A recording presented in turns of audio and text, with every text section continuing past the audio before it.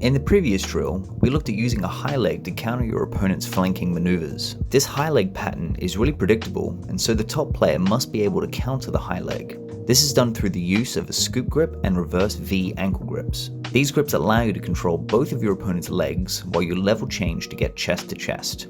It also allows you to chain pass on both flanks. When this occurs, the bottom player must defend the pass using a self frame and a high leg. This once again gives the top player access to a scoop grip, allowing for continuous drilling from side to side. This chain style of passing is exhausting for the bottom player, as the top player can start using their weight and pressure in the pass.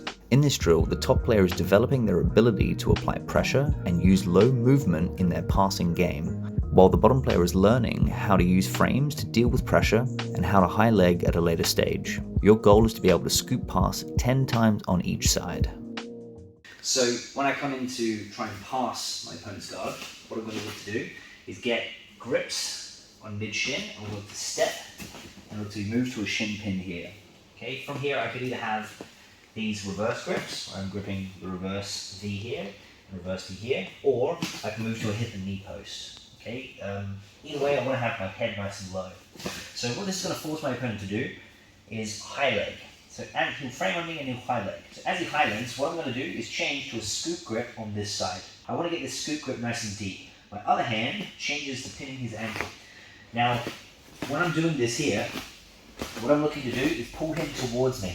Okay, if I go onto him here and put my weight forward, he can give me a kick, I'll bounce me, shoot his leg through, and then start attacking triangles. So there's definitely triangle danger here. So what I want to do is look to step back and pull him to this side. Okay? Now if he goes to kick me that way, it's not going to work. From here, his leg can be in one of two positions. If his knee points up, I'm going to stuff this into his bum and go around the leg. If his knee points down, I'm going to look to pin it. So from here, when I go to pin it, I pop up to my toes and my knees go to the other side. So it's only my feet that are on the other side. I then turn the angle.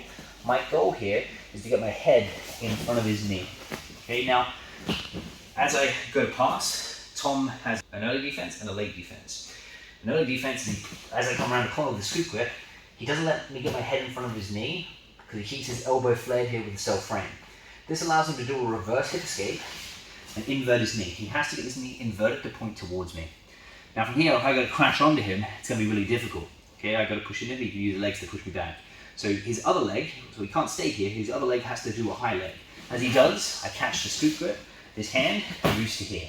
So this time I recognize his knee is in my ribs, and his knee points towards the sky.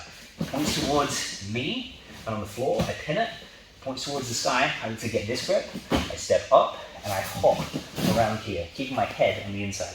This time he's late, okay, he didn't have a self frame, my head's in front. So he's going to look to frame on my shoulder, do a reverse hip escape, invert his knee again. Okay, from here he shoots the high leg, I catch the high leg, and I pin his foot to his bum. Okay, we go from side to side.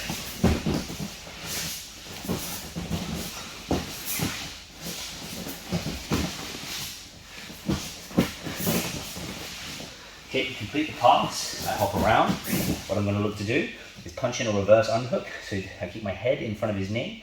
This hand moves across and I got my elbow inside of his armpit. From here, I push my hand on the floor and circle around to a high tripod north-south.